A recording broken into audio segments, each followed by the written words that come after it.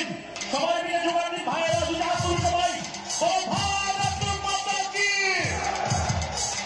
ভারত মাতা কি, জেপি নাড্ডাজি তোমায় জানাই স্বাগতম, জেপি নাড্ডাজি তোমায় জানাই স্বাগতম, নাড্ডাজি তোমায় জানাই ওয়েলকাম, নাড্ডাজি তোমায় জানাই ওয়েলকাম, জেপি নাড্ডাজি তোমায় জানাই ওয়েলকাম, জেপি নাড্ডাজি তোমায় জানাই স্বাগতম। ভারত মাতা কি, নাড্ডাজি তোমায় জানাই স্বাগতম, নাড্ডাজি তোমায় জানাই ওয়েলকাম, নাড্ডাজি তোমায় ওয়েলকাম, নাড্ডাজি তোমায় জানাই স্বাগতম। একবার দুইটা হাত উপরে তুলুন, সবাই খালি আপনারা, সবাই দুইটা হাত তুলুন, দুইটা হাত উপরে তুলুন, দুইটা হাত উপরে তুলে একবার জোরে করতালি বাজান করুন। ভারত মাতা কি, নাড্ডাজি ওয়েলকাম, নাড্ডাজি স্বাগতম, নাড্ডাজি ওয়েলকাম, নাড্ডাজি স্বাগতম। ও ভারত মাতা কি, ভারত মাতা কি, বিজেপি বন্দে বন্দে, ভারত মাতা কি। দুটো হাত উপরে ধরে দুটো হাতে করতালি বাজান, দুই হাতে করতালি বাজান, সবাই মিলে তাড়াতাড়ি। ভারত মাতা কি, BJP BJP, Naddaji welcome, Naddaji স্বাগতম, নাড্ডাজি ওয়েলকাম, জেপি নাড্ডাজি স্বাগতম, নাড্ডাজি ওয়েলকাম। भारत माता की, बीजेपी वंदे, नाड्डाजी आपका बड़ा स्वागतम, नाड्डाजी तुम्हारे जानाई स्वागतम। हेलो, पूरे भारत के भारतीय जनता पार्टी के कार्यकर्ता को संभालते हुए जिनके कुशल नेतृत्व में पार्टी निरंतर आगे बढ़ रहे हैं, ऐसे विश्व के सबसे बड़े राजनीतिक दल के राष्ट्रीय अध्यक्ष आदरणीय हमारे आपके सबके परम प्रिय परम आदरणीय जेपी नड्डा जी को इस माता त्रिपुरा सुंदरी के इस पावन भूमि पर हम नमन करते हैं, वंदन करते हैं।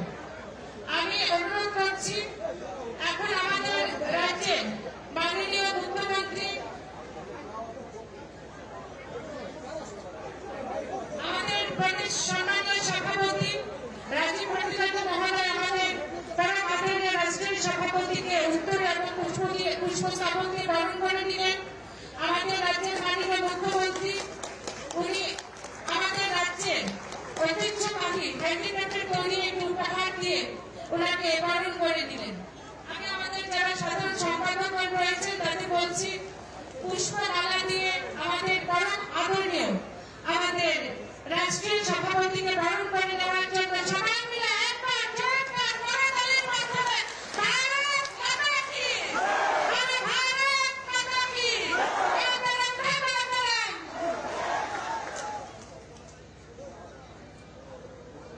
আমি এখন ভাষণ রাখার জন্য আমি অনুরোধ করব আমাদের প্রদেশ বিজেপির সম্মানীয় সভাপতি রাজীব ভট্টাচার্য মহোদয়কে। আমাদের রাজ্যের মাননীয় মুখ্যমন্ত্রী তথা প্রফেসর ডক্টর মানিক শাহ মহোদয়জিকে আমরা উত্তরীয় বরণ করে নেওয়ার জন্য অনুরোধ করবো। আমাদের প্রদেশ বিজেপির সম্মানীয় সভাপতিকে আমি আলোচনা রাখার জন্য অনুরোধ করছি।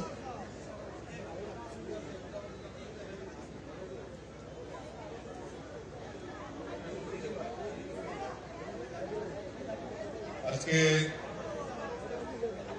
আমরা খুব সৌভাগ্যবান যে আমাদের এই মাতা ত্রিপুরেশ্বরীর পুণ্যভূমিতে আমরা আমাদের आदरणीय सर्वभारतीय सभापति जेपी नड्डा जी के এখানে আমরা স্বাগত করতে পেরেছি।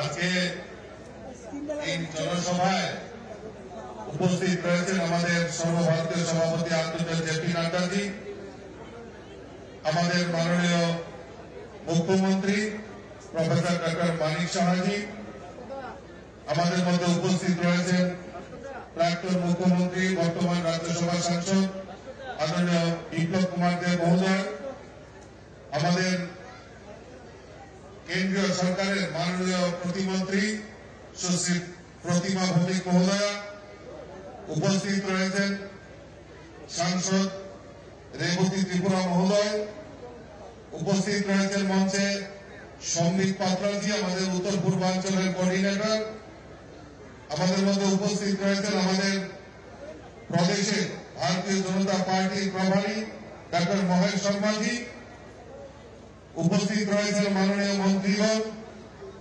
রতনলাল নাথ মহোদয়, প্রণজিৎ সিংহ রায়, সুশান্ত চৌধুরী, টিঙ্কু রায়, শান্তনা চাকমা, সুধাংশু দাস, বিকাশ দেববর্মা, শুক্লাচরণ নোয়াতিয়া সহ আমার ভারতীয় জনতা পার্টির প্রদেশ কমিটির অফিস বেয়ারার এবং অন্যান্য নেতৃত্ব, বিধায়ক বিধায়িকা থেকে শুরু করে যারা আজকের এই জনসভাকে সাফল্যমণ্ডিত করার জন্য এখানে উপস্থিত হয়েছেন, আমি সকলকে স্বাগত জানাচ্ছি, অভিনন্দন জানাচ্ছি এবং শুভেচ্ছা জানাচ্ছি।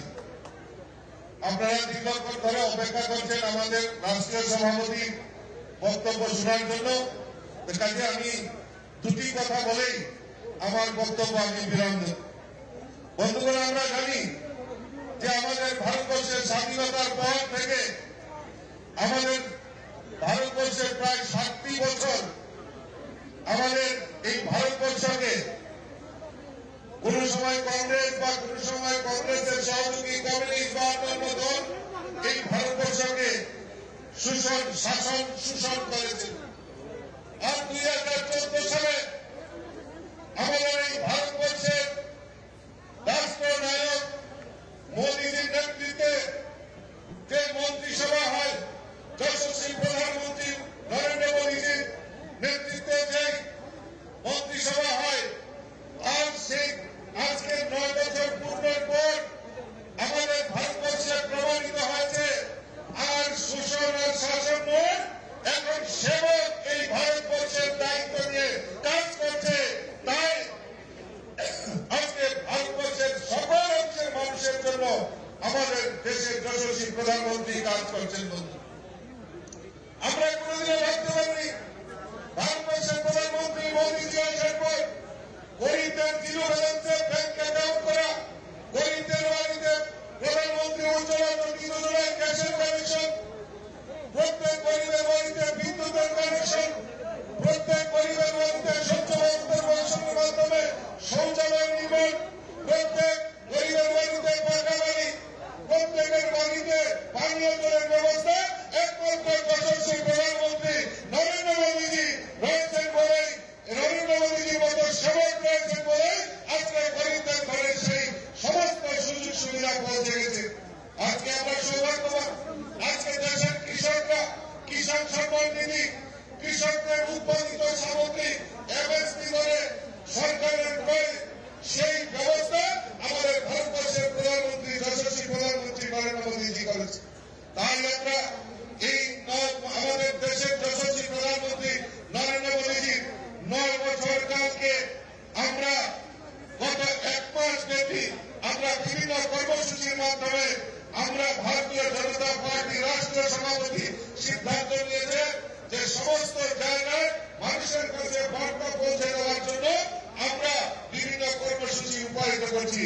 আর তারই অঙ্গ হিসাবে আমাদের রাষ্ট্রীয় সভাপতি আজকে আমাদের এই ত্রিপুরা রাজ্য সফরে আজকে এই শান্তিবাজারে উনি উপস্থিত হয়েছেন, তাই উনাকে স্বাগত জানাচ্ছি। আমি আমার আলোচনার দীর্ঘায়িত করছি না, সবাইকে একবার আমি অনুরোধ করব করতালির মাধ্যমে আমাদের রাষ্ট্রীয় সভাপতি আদরণীয় জেপি নাড্ডাজিকে একবার করতালির মাধ্যমে স্বাগত করার জন্য সকলকে আবারও আন্তরিক অভিনন্দন এবং শুভেচ্ছা জানিয়ে বন্দে মাতরম, ভারত মাতা কি জয়। একবার আমার সাথে মুষ্টি বন্ধ করে আমাদের রাষ্ট্র সভাপতি উপস্থিত হয়েছে, একবার মুষ্টি বন্ধ করে আমার সাথে বলেন ভারত মাতা কি, ভারত মাতা কি, ভারত মাতা কি। সবাইকে নমস্কার। ধন্যবাদ আমাদের প্রদেশ বিজেপির সম্মানীয় সভাপতি রাজীব ভট্টাচার্য মহোদয়কে। এখন আমি আলোচনা রাখার জন্য অনুরোধ করছি আমাদের মাননীয় রাজ্যসভার সাংসদ তথা প্রাক্তন মুখ্যমন্ত্রী বিপ্লব কুমার দেব মহোদয়কে।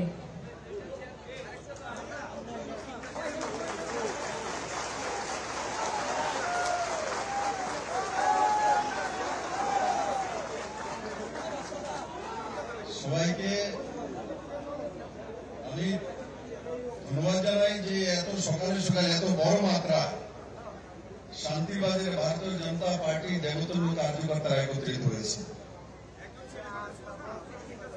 আমাদের মধ্যে যিনি রয়েছেন উনি আমাদের ভারতীয় জনতা পার্টির প্রাণ পুরুষ এবং ভারতীয় জনতা পার্টির রাষ্ট্রীয় সভাপতি,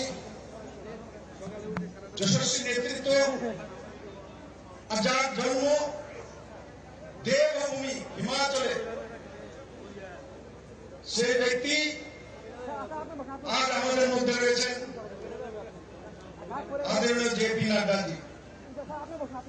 আমাদের মধ্যে রয়েছেন ত্রিপুরার মাননীয় মুখ্যমন্ত্রী ডক্টর মানিক শাহ মহোদয়,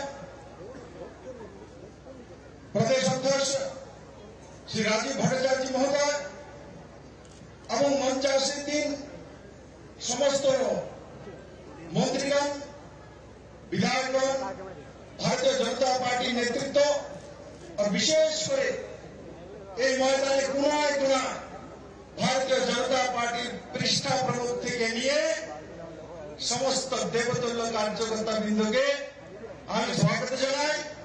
আর তার সঙ্গে সঙ্গে মাননীয় জেপি নাড্ডাজিকে তার জন্য স্বাগত জানাবো। 2018-তে মাননীয় প্রধানমন্ত্রীর নেতৃত্বে ভারতীয় জনতা পার্টির সরকার ত্রিপুরাতে 25 বছরের ক্রমাগত টানা কমিউনিস্ট সরকারকে পরাজিত করে শূন্য থেকে সরকার হয়েছে। আর দ্বিতীয়বার মাননীয় প্রধানমন্ত্রীর নেতৃত্বে और नाड्डाजीর কৌশল ব্যক্তিত্বের মাধ্যমে ত্রিপুরাতে ভারতীয় জনতা পার্টির দ্বিতীয়বার সরকার প্রতিষ্ঠিত হয়েছে। আমি এই ময়দান থেকে মাননীয় জেপি নাড্ডাজিকে আশ্বস্ত করতে চাই, 2024-এর নির্বাচনে ত্রিপুরা ভারতীয় জনতা পার্টি আবার 2টি পদ্মফল পাঠিয়ে মাননীয় প্রধানমন্ত্রীজিকে 9 বছর পূর্তি উপলক্ষে ত্রিপুরার মানুষ নিশ্চিত উপহার দেবে। আমি আমার ভাষণ দীর্ঘায়িত করব না। আমাদের মধ্যে মাননীয় জেপি নাড্ডাজি রয়েছেন।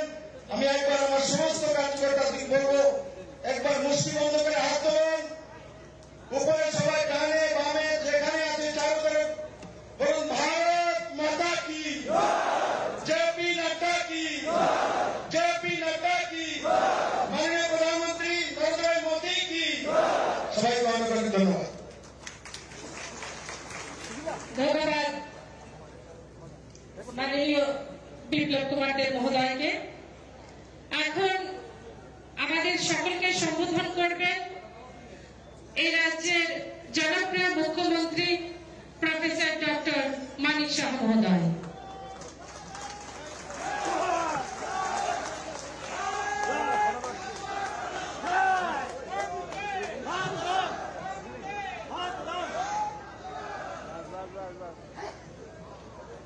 সবাইকে নমস্কার। বলুন্ধরা মুম্বাই আজকের এই বিশাল যে জনসমাবেশ, সেই জনসমাবেশে মঞ্চে উপস্থিত আছেন আমাদের সবার প্রিয় আদরণীয় এবং আমাদের গার্জিয়ান ভারতীয় জনতা পার্টির সর্বভারতীয় সভাপতি মাননীয় জেপি নাড্ডাজি, উপস্থিত আছেন আমাদের ত্রিপুরা প্রদেশ বিজেপি মাননীয় সভাপতি শ্রী রাজীব ভট্টাচার্য মহোদয়, উপস্থিত আছেন যিনি একটু আগে ওনার মূল্যবান বক্তব্য এখানে রেখেছেন আমাদের ত্রিপুরা সরকারের প্রাক্তন মুখ্যমন্ত্রী এবং বর্তমান রাজ্যসভার এমপি শ্রী বিপ্লব কুমার দেব মহোদয়, উপস্থিত আছেন MOS social justice and employment Shrimati Pratibha Bhoumik মহোদয়া, উপস্থিত আছেন আমাদের সবার প্রিয় প্রাক্তন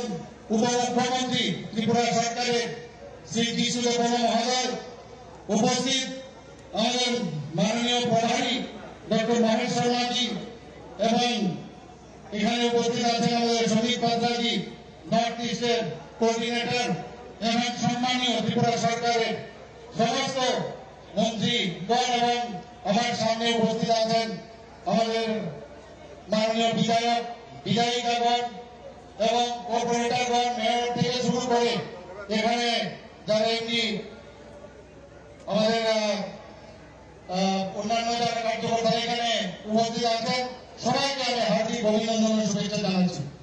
প্রিয় রাজ্যবাসী, দেশ আজ এক ঐতিহাসিক সুযোগের সন্ধিক্ষণ। মাননীয় প্রধানমন্ত্রী নরেন্দ্র মোদীজির বিচক্ষণ নেতৃত্বে আধুনিক ভারতবর্ষ নতুন উদ্যোগে এগিয়ে চলছে।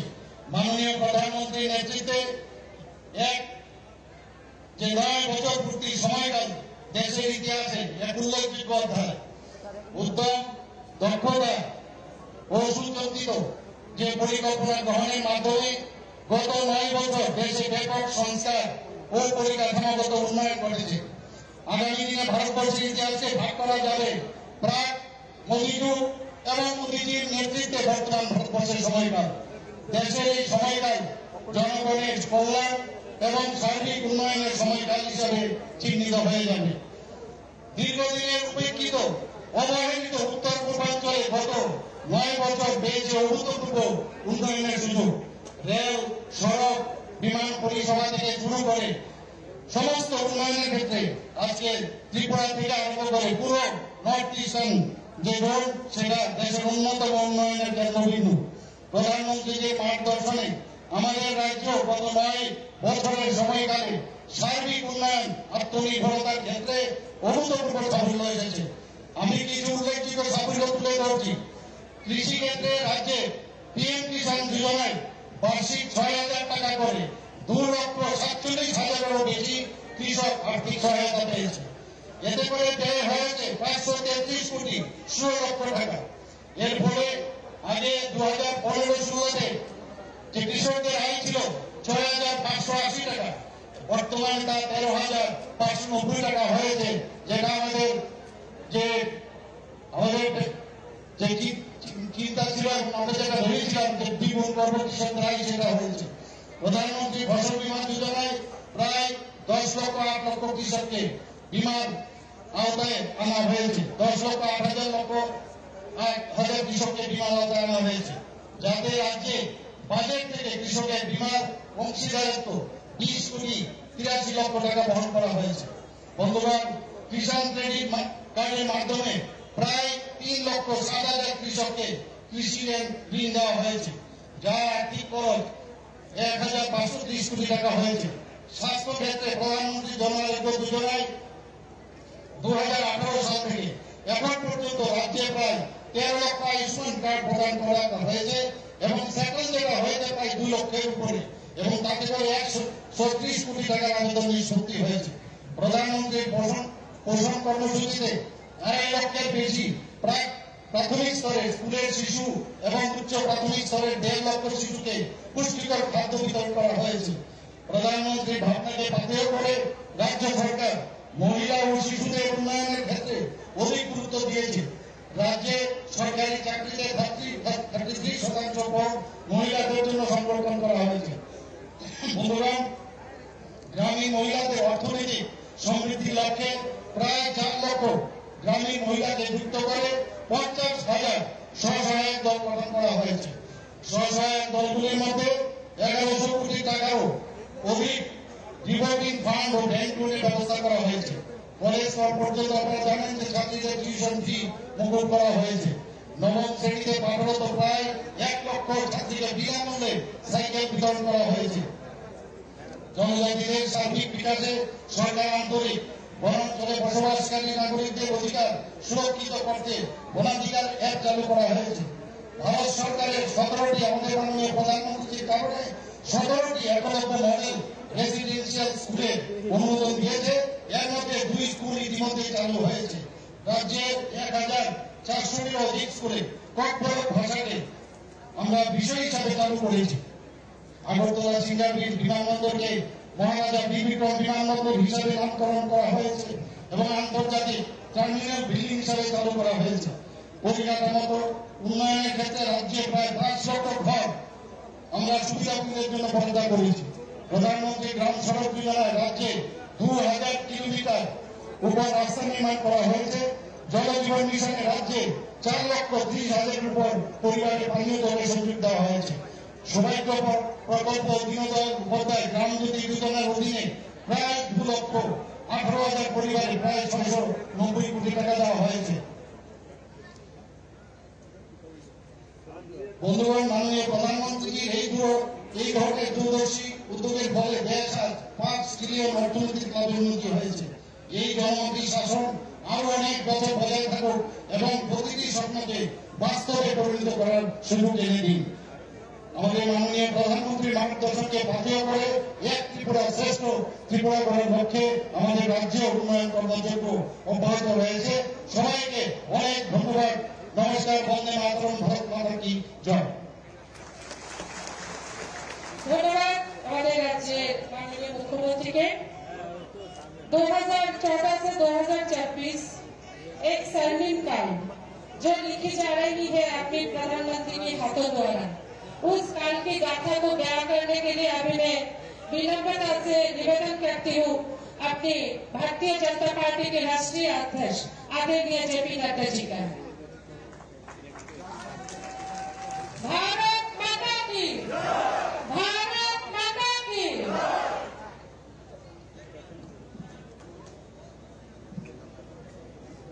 आज के इस जनसभा में मंच पर उपस्थित भारतीय जनता पार्टी के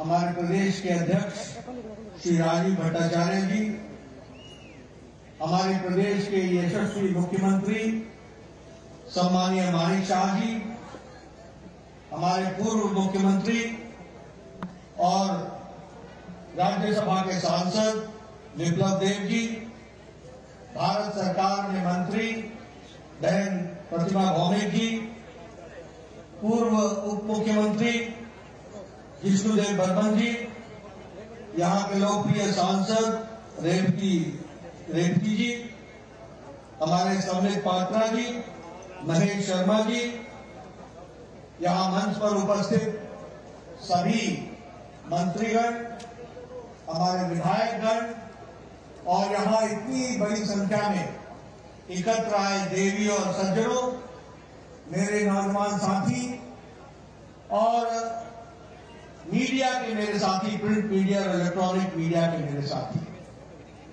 सबसे पहले तो जब मैं त्रिपुरा की धरती पर आया हूं तो मैं सबसे पहले मां त्रिपुरा को नमन करते हुए अपनी बात को प्रारंभ करता हूं। त्रिपुरेश्वरी माता जी की आशीर्वाद लेकर अपनी बात को आप सबके सामने रखना चाहता हूं। और जब मैं साउथ त्रिपुरा में आया हूं, दक्षिण त्रिपुरा में आया हूं, तो यहां शांति बाजार में जो हमारा बहुत प्रसिद्ध काली मंदिर है, उसको भी मैं नमन करते हुए अपनी बात को प्रारंभ करता हूं। मित्रों, मुझसे पूर्व राजीव भट्टाचार्य जी ने, हमारे विप्लव देव जी ने और हमारे सभी पूर्व वक्ताओं ने, प्रतिमा जी ने, हमारे मुख्यमंत्री जी ने आपके सामने बहुत ही तफसील से किस तरीके से मोदी जी के नेतृत्व में देश आगे बढ़ा है और त्रिपुरा का भी विकास हुआ, देश का भी विकास हुआ इन सारी बातों को बहुत गहराई से आपके सामने रखा है। मैं एक ही बात कहना चाहता हूं कि ये जो 9 साल प्रधानमंत्री मोदी जी के नेतृत्व में जो हम सब लोगों ने देखा है, उसमें हमने पाया है कि इन 9 सालों में भारत की तस्वीर और तकदीर को मोदी जी के नेतृत्व ने बदल डाला है। इसको मैं गौरव के साथ कह सकता हूं। और जब मैं ये कहता हूं तो मैं आप सबको ये भी याद दिलाना चाहता हूं कि आप 2014 के पहले का भारत देखो और 2014 के बाद का भारत देखो। 2014 से पहले कैसा भारत था? 2014 से पहले भारत था जिसका नाम भ्रष्टाचारी देशों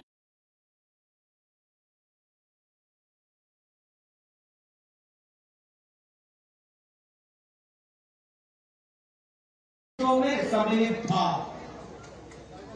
हम एक भ्रष्टाचारी देश कहलाते थे।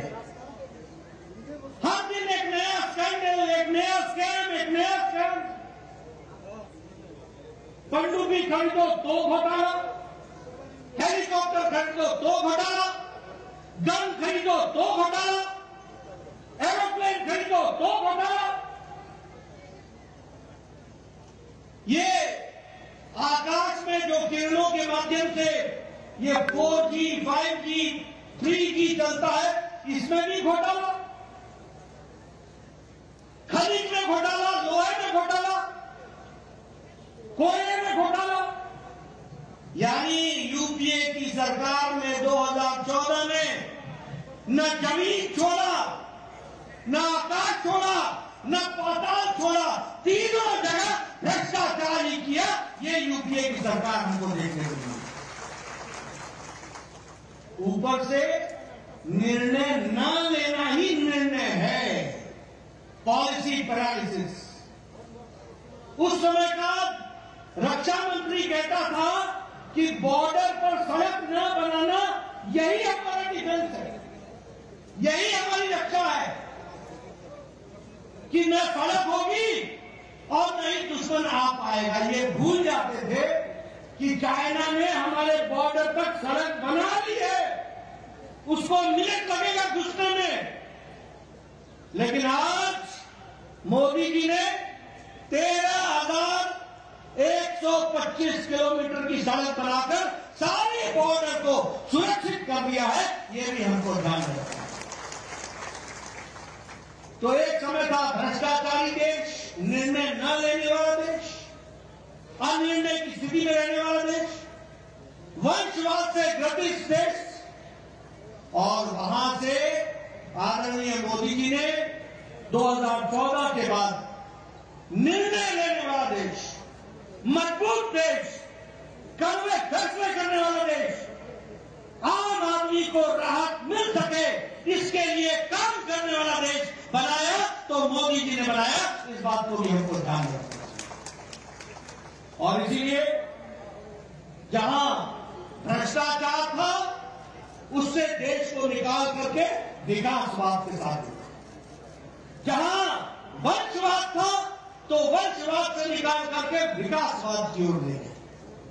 जहां वोट बैंक की पॉलिटिक्स थी, उस वोट बैंक की पॉलिटिक्स से निकाल करके देश को तरक्की की ओर ले जाने का काम और रिपोर्ट कार्ड की राजनीति को मोदी जी ने सामने ला करके खड़ा किया। इसलिए मोदी जी के नेतृत्व में नहीं सिर्फ सरकार बदली, सरकार के साथ साथ सरकार के काम करने की संस्कृति भी बदल डाली। इस बात को भी हमको ध्यान में रखना चाहिए। रिपोर्ट कार्ड की राजनीति, आज यहां हमारे जो भी नेता खड़े होते हैं, छाती ठोक के बोलते हैं, हमने ये कहा था, हमने ये किया है, हमने ये कहा था, हमने ये किया है, ये हम करेंगे, ये कर रहे हैं और ये भी करके देंगे। इस बात को कहा है तो भारतीय जनता पार्टी ने कहा।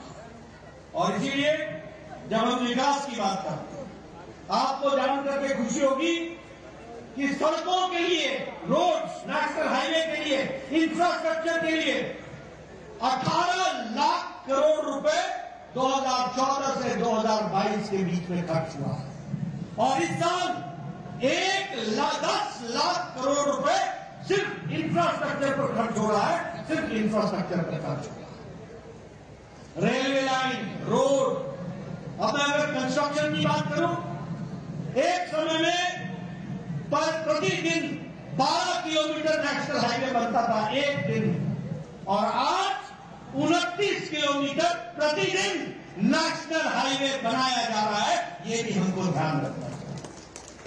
उसी तरीके से नेशनल हाईवे पिछले 9 सालों में 54,000 किलोमीटर बने, 54,000 किलोमीटर, और त्रिपुरा में पिछले 6 सालों में 300 किलोमीटर नेशनल हाईवे बन करके तैयार हुआ है। ये भी हमको याद रखना है। ये जो अगरतला से शांति बाजार तक और ये जो साउथ त्रिपुरा है, अब ये नेशनल हाईवे है कि नहीं है? ये नेशनल हाईवे किसने दिया? 2016 में मोदी जी ने दिया और नितिन गडकरी जी ने काम करा करके ये भी आपको दिया, और आज 6 नेशनल हाईवे आज त्रिपुरा में उनका काम चल रहा है और वह आपको त्रिपुरा को दिया गया है। उसी तरीके से अगर हम बात करें तो 37,000 किलोमीटर रेलवे ट्रैक को इलेक्ट्रीफाई कर दिया गया है, यानी अब 37,000 किलोमीटर की सड़क रेलवे ट्रैक पर इलेक्ट्रिक की ट्रेन दौड़ती है, इलेक्ट्रिफिकेशन हो गया है। यह भी हमको ध्यान रखना चाहिए। और अगरतला से अकुरा रेल लिंक, जिसका इंडियन साइड जो भारतीय साइड है उसमें 5.40 किलोमीटर 460 किलोमीटर ये टोनियर, ये जो हमारा नॉर्थ ईस्ट हमारा डिपार्टमेंट है उसके माध्यम से इसका काम हुआ है, और 6.8 किलोमीटर ये बांग्लादेश में जो रेलवे ट्रैक बन रहा है इसका खर्च मिनिस्ट्री ऑफ एक्सटर्नल अफेयर्स, विदेश मंत्रालय ने दिया है। और अगरतला से कलकत्ता जाने का समय 31 घंटे से घट करके 10 घंटे हो जाएगा। ये विकास की नई कहानी की जा रही है। ये है बदलता भारत। पहले हम बांग्लादेश में के माध्यम से सोच नहीं सकते थे, आज हमने रेलवे ट्रैक के काम को आगे बढ़ाया। आपको जान करके खुशी भी होगी और आश्चर्य भी होगा।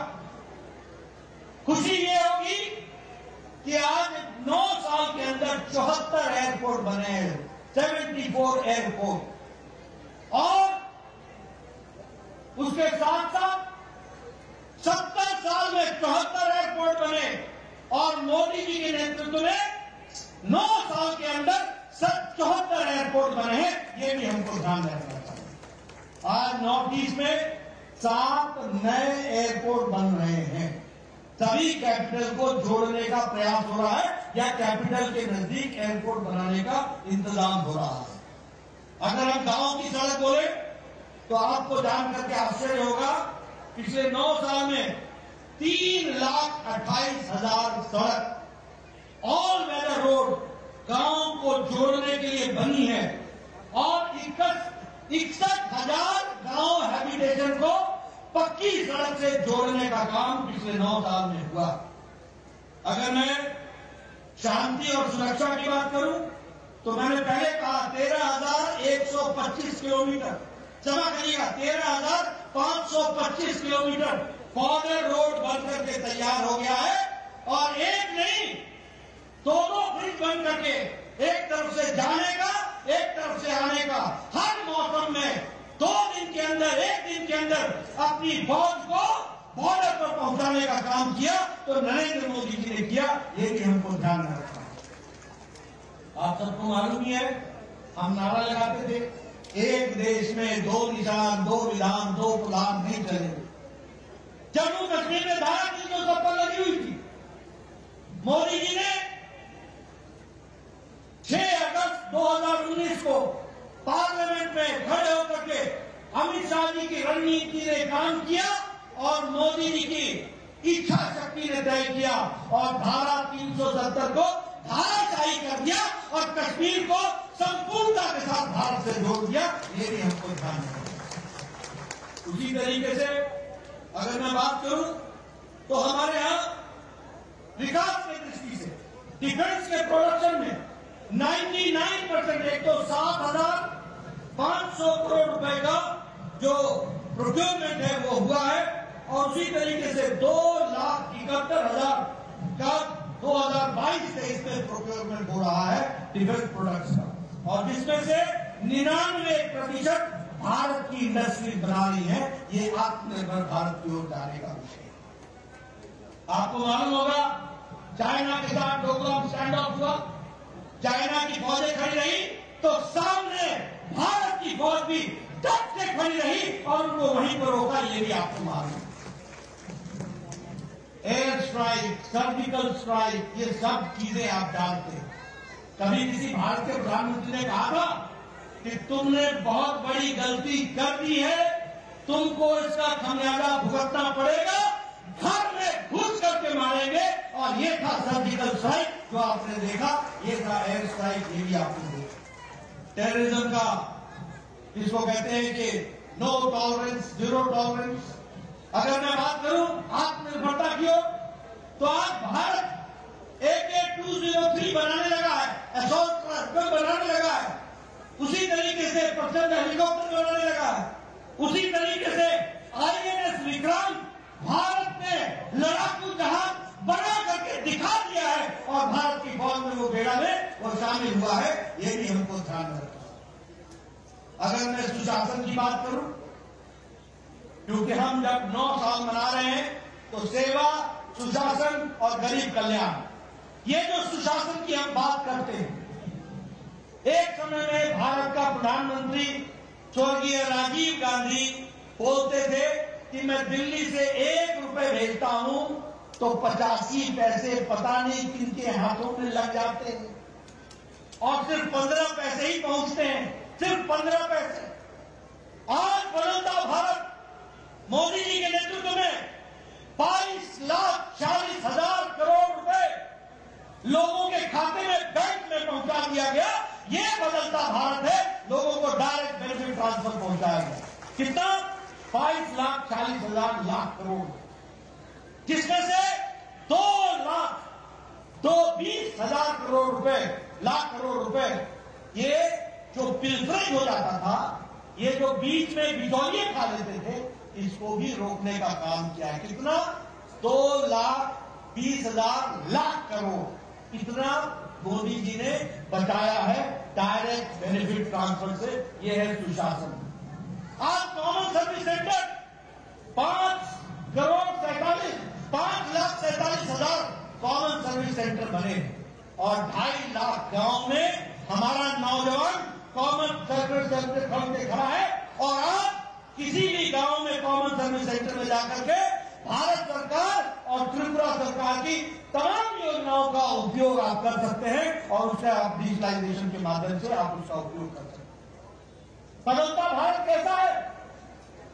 बदलता भारत ऐसा है जिसमें हम 10वें नंबर की आर्थिक व्यवस्था थे, 10वें नंबर, और मोदी जी के नेतृत्व में जिस ब्रिटेन ने, जिस इंग्लैंड ने हमको 200 साल राज किया, उसको पछाड़ करके आज भारत 5वीं सबसे बड़ी अर्थव्यवस्था बन गई है।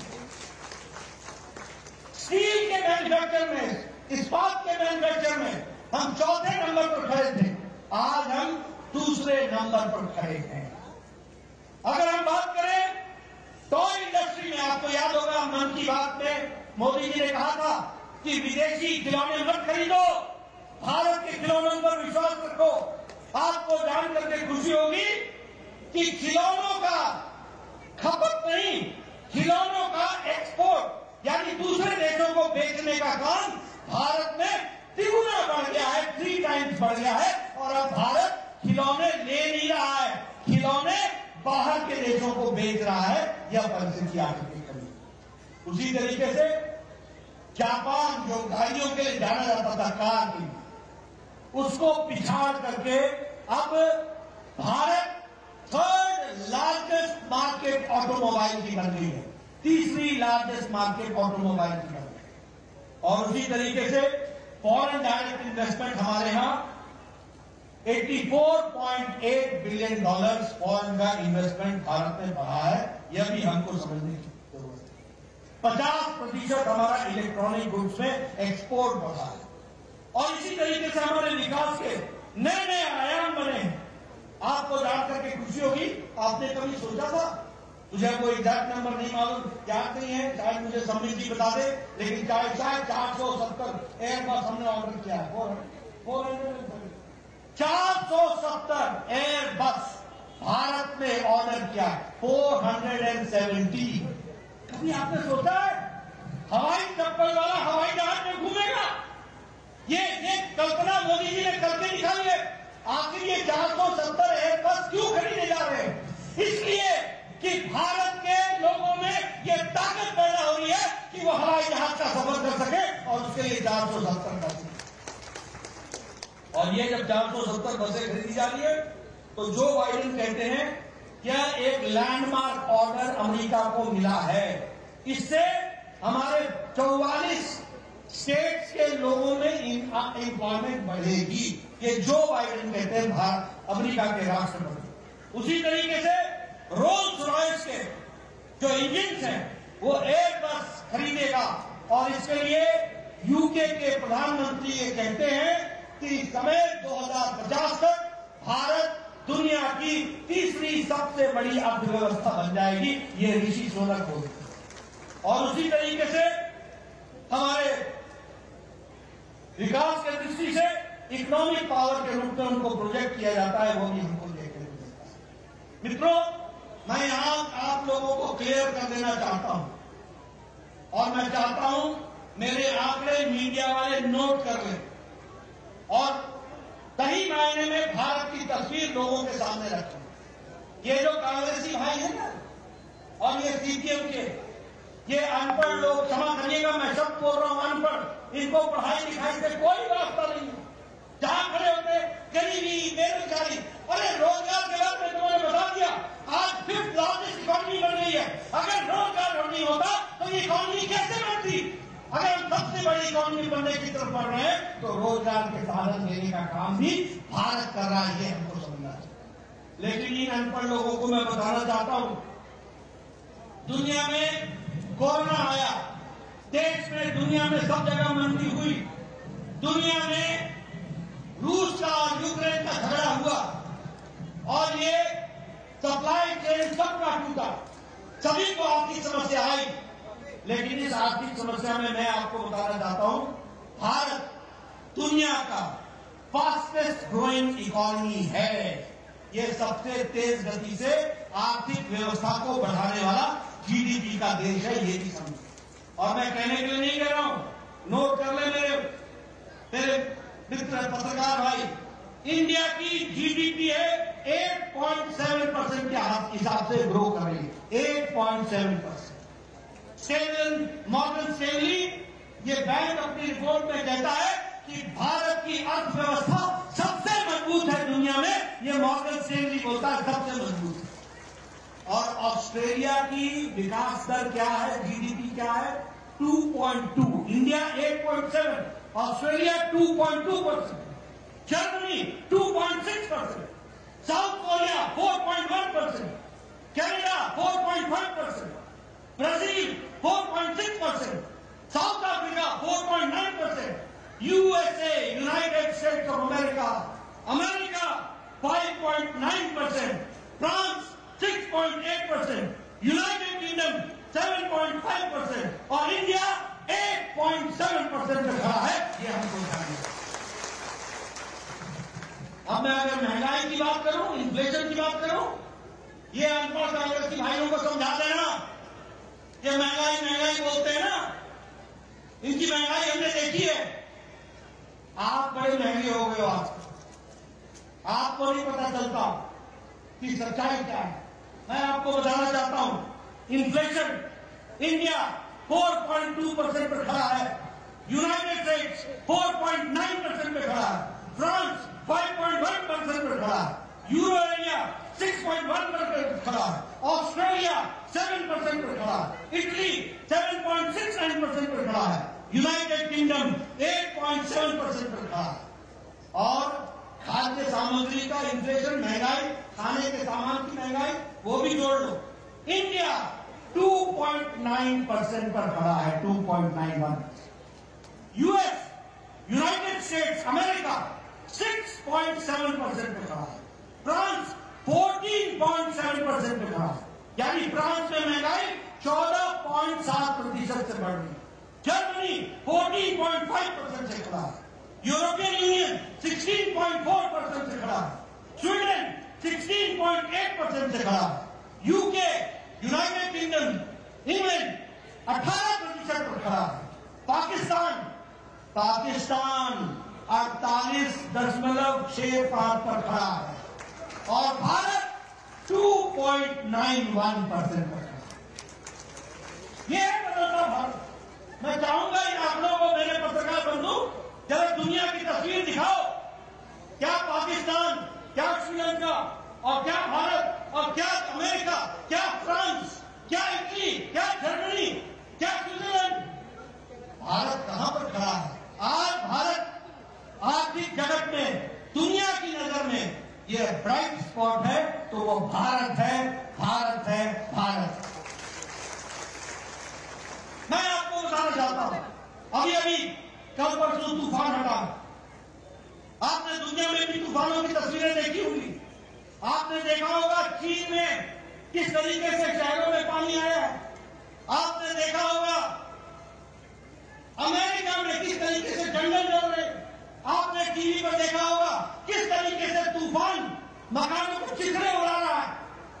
लेकिन ये भारत है, बदलता भारत, जहां तूफान आने से पहले हमारे साइंटिस्ट और हमारी इक्विपमेंट्स इतनी मजबूत मोदी जी ने लगाई है कि हमें 1-1.5 सप्ताह पहले पता चल जाता है कि तूफान कब आएगा, कहां आएगा, कितनी जोर से आएगा और उसकी कैसे व्यवस्था करनी है।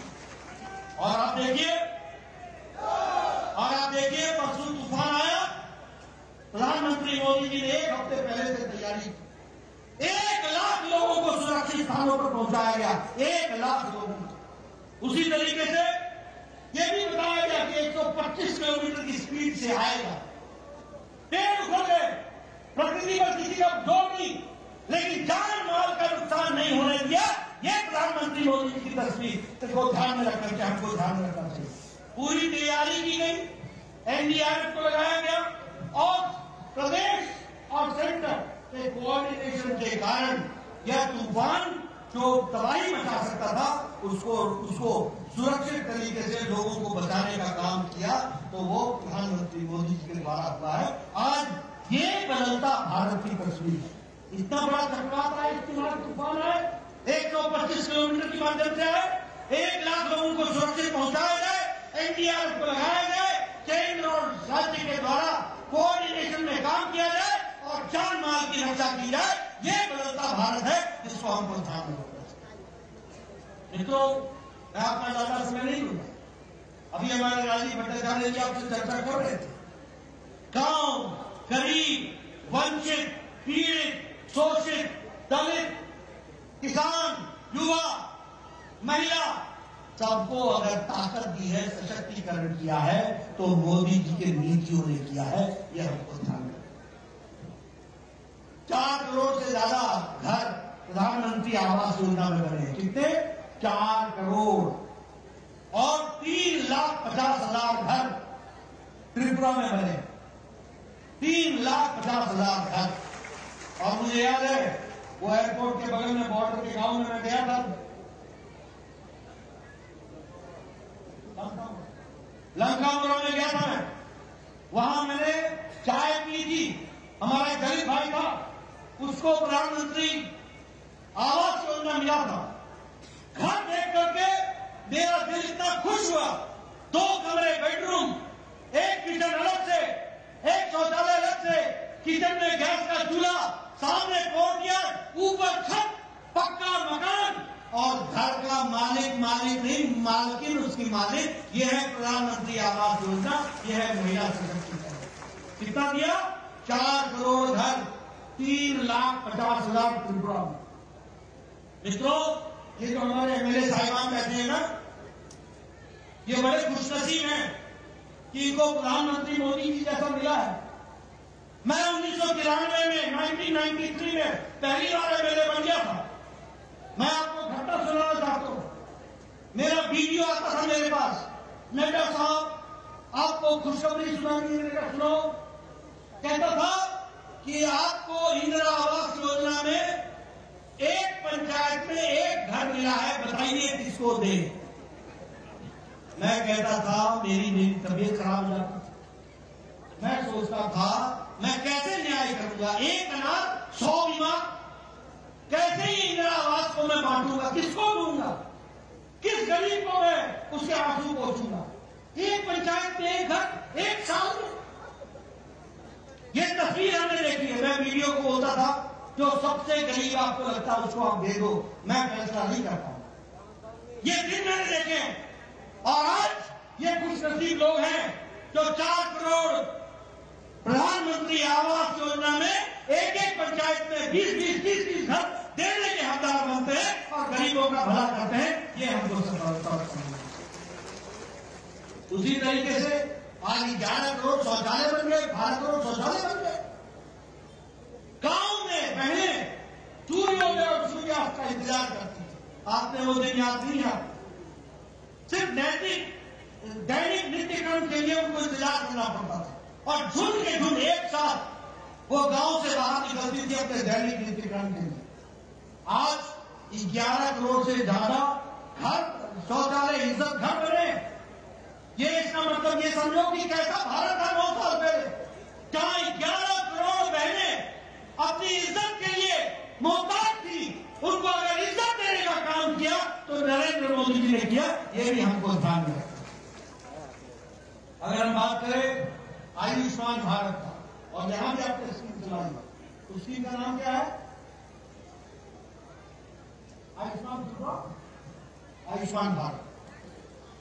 ये सब जितने बैठे हैं एमएलए एमपी, इस जितने, इन सब लोग आज से 7-8 साल पहले चिट्ठी लिखा करते थे, प्रधानमंत्री जी मेरे इलाके में फलाना निवासी फलाना बहुत गरीब है, इसका बाईपास सर्जरी होनी है, 2 लाख रुपए लगना है, कृपया प्रधानमंत्री राहत कोष से देने की कृपा करें। लिखते थे नहीं लिखते थे? मुख्यमंत्री को लिखते थे, मुख्यमंत्री जी फलाने की किडनी का ऑपरेशन होना है, 5 लाख रुपए खर्च होंगे, कृपया अनुदान देने की कोशिश कीजिए। अब मुख्यमंत्री जी 2 लाख देते थे, बाकी 3 लाख कहां से आए? 2.5 लाख देते थे, कहां से आए? ये सारी स्थितियां थी। लेकिन मोदी जी ने 10 करोड़, मेरे पत्रकार भाई नोट कर लेना, 10 करोड़ 74 लाख परिवार, 50 करोड़ लोग, गरीब लोग, जाति के आधार पर नहीं, काम के आधार पर गरीब लोग। कौन? रिक्शा वाला, रेडी वाला, सब्जी वाला, ठेले वाला, बस का ड्राइवर, बस का क्लीनर, बाल काटने वाला, कूड़ेदान से प्लास्टिक इकट्ठे करने वाला, ऐसे गरीब लोगों को 50 करोड़ लोगों को 5 लाख रुपए प्रति वर्ष हेल्थ कवरेज देने का काम, स्वास्थ्य के गंभीर बीमारियों से लड़ने के लिए देने का काम किया तो मोदी जी। आज कम से कम 80 करोड़ रुपए का इस तरीके से लोगों की राहत मिली है, वह भी हमको ध्यान रखना चाहिए। प्रधानमंत्री उज्ज्वला योजना, उजाला योजना, गरीब कल्याण अन्न योजना, आज 80 करोड़ की जनता को 5 किलो गेहूं या 5 किलो चावल, 1 किलो नमक मिल रहा है कि नहीं मिल रहा है? मिल रहा है कि नहीं मिल रहा है? प्रधानमंत्री गरीब कल्याण अन्न योजना में मिल रहा है कि नहीं मिल रहा है? मैं सुनना चाहता हूं, मिल रहा है कि नहीं मिल रहा है? मित्रों, ये गरीब कल्याण अन्न योजना सिर्फ गरीब कल्याण अन्न योजना नहीं है। इसके कारण भारत की गरीबी 22% से घट करके 10% से कम हो गई और अति गरीबी 1% से भी कम हो गई है। और हम नहीं बोल रहे हैं, ये इंटरनेशनल मॉनिटरी फंड बोल रहे हैं। ये दुनिया की तस्वीरें हैं जो हम आपके सामने देखते हैं। भारत की तस्वीर मोदी जी ने बताई है, दुनिया में भारत की छवि बढ़ाई कि नहीं बढ़ाई? बढ़ाई कि नहीं बढ़ाई? ऑस्ट्रेलिया का प्राइम मिनिस्टर भारत के प्रधानमंत्री को बॉस बोलता है कि नहीं बोलता? पपुआ न्यू गिनी के प्रधानमंत्री भारत के प्रधानमंत्री जी के पांव छू करके अभिवादन करता है कि नहीं करता? न्यूजीलैंड का प्रधानमंत्री मिलने के लिए न्यूजीलैंड से फ्लाई करके ऑस्ट्रेलिया की सिडनी में आकर मिलता है कि नहीं मिलता? तमाम देश, दुनिया के तमाम देश दुनिया के सबसे बड़े सम्मान के साथ आदरणीय प्रधानमंत्री को सम्मानित करते हैं कि नहीं करते हैं? दुनिया में भारत की छवि बनती है कि नहीं बनती है? अब ये यूक्रेन की लड़ाई हुई, मोदी जी ने पुतिन से बात करके युद्ध रुकवाया था कि नहीं रुकवाया था? मोदी जी ने ज़ेलेंस्की से बात करके युद्ध रुकवाया था कि नहीं रुकवाया था? और 22,000 बच्चों को सुरक्षित तिरंगा झंडा लेकर के भारत स्वदेश पहुंचाया। ये बदलता भारत है, ये भी हमको ध्यान रखना है। इसलिए मित्रों, मैं बहुत सी बातें आपको कह सकता हूं और बहुत सी चीजों को आपके सामने रख सकता हूं, लेकिन हाँ, समय का अभाव भी है। आपने मेरी बात बहुत सुनी है, लेकिन आपको मैं समझाना चाहता हूं, भारतीय जनता पार्टी, कांग्रेस और सीपीएम, इन तीनों का अंतर क्या है? सबसे पहले कांग्रेस समझो क्या है। कांग्रेस का मतलब है करप्शन, कांग्रेस का मतलब है भ्रष्टाचार, कांग्रेस का मतलब है कमीशन, कांग्रेस का मतलब है नॉन गवर्नेंस, कुशासन, कांग्रेस का मतलब है पॉलिसी पैरालिसिस, कांग्रेस का मतलब है भाई भतीजावाद, नेपोटिज्म, कांग्रेस का मतलब है परिवारवाद, कांग्रेस का मतलब है failure of law and order, Congress का मतलब, और सीपीएम का मतलब क्या है? सीपीएम का मतलब है टारगेटेड किलिंग, सीपीएम का मतलब है लूट ऑफ गवर्नमेंट फंड, सीपीएम का मतलब है लॉलेसनेस, सीपीएम का मतलब है कोलैप्स ऑफ एडमिनिस्ट्रेशन, सीपीएम का मतलब है लूट ऑफ राशन, सीपीएम का मतलब है physical liquidation of your political opponent, political rivals. और बीजेपी का मतलब क्या है? बीजेपी का मतलब है डेवलपमेंट, बीजेपी का मतलब है हाईवे, बीजेपी का मतलब है रेलवे, बीजेपी का मतलब है एयरवे, बीजेपी का मतलब है इंटरनेट, बीजेपी का मतलब है विकास, बीजेपी का मतलब है इंफ्रास्ट्रक्चर, बीजेपी का मतलब है शिक्षा, बीजेपी का मतलब है स्वास्थ्य, बीजेपी का मतलब है गरीब कल्याण, बीजेपी का मतलब है गरीब सशक्तिकरण, बीजेपी का मतलब है महिलाओं का उत्थान, बीजेपी का मतलब है युवाओं को ताकत देना, बीजेपी का मतलब है सबका साथ, सबका विकास, सबका विश्वास, सबका प्रयास। इसलिए मित्रों, आप साफ साफ तस्वीर समझ लो, कांग्रेस किन बातों के लिए खड़ी होती है, सीपीएम ने आपको किस तरीके का राज दिया, और आज पहले विप्लव देव और अंबानी साहब के नेतृत्व में त्रिपुरा को मोदी जी के आशीर्वाद से किस तेजी से आगे बढ़ा रहे हैं, इसको भी आपको ध्यान में रखना है। आपका ज्यादा समय न लेता हुआ आपको 9 साल की मैं बधाई भी देता हूं, और ये ध्यान में रखिए कि हमको देश को मजबूती लाने के लिए स्टेबिलिटी लानी होगी, मोदी जी को ताकत देना होगा, भारतीय जनता पार्टी को मजबूती देनी होगी, कमल को खिलाना पड़ेगा, और कमल को खिला करके त्रिपुरा को आगे बढ़ाएंगे, देश का योगदान बढ़ाएंगे, देश को आगे बढ़ाएंगे। इन्हीं शब्दों के साथ बहुत बहुत धन्यवाद। जय भारत, जय त्रिपुरा।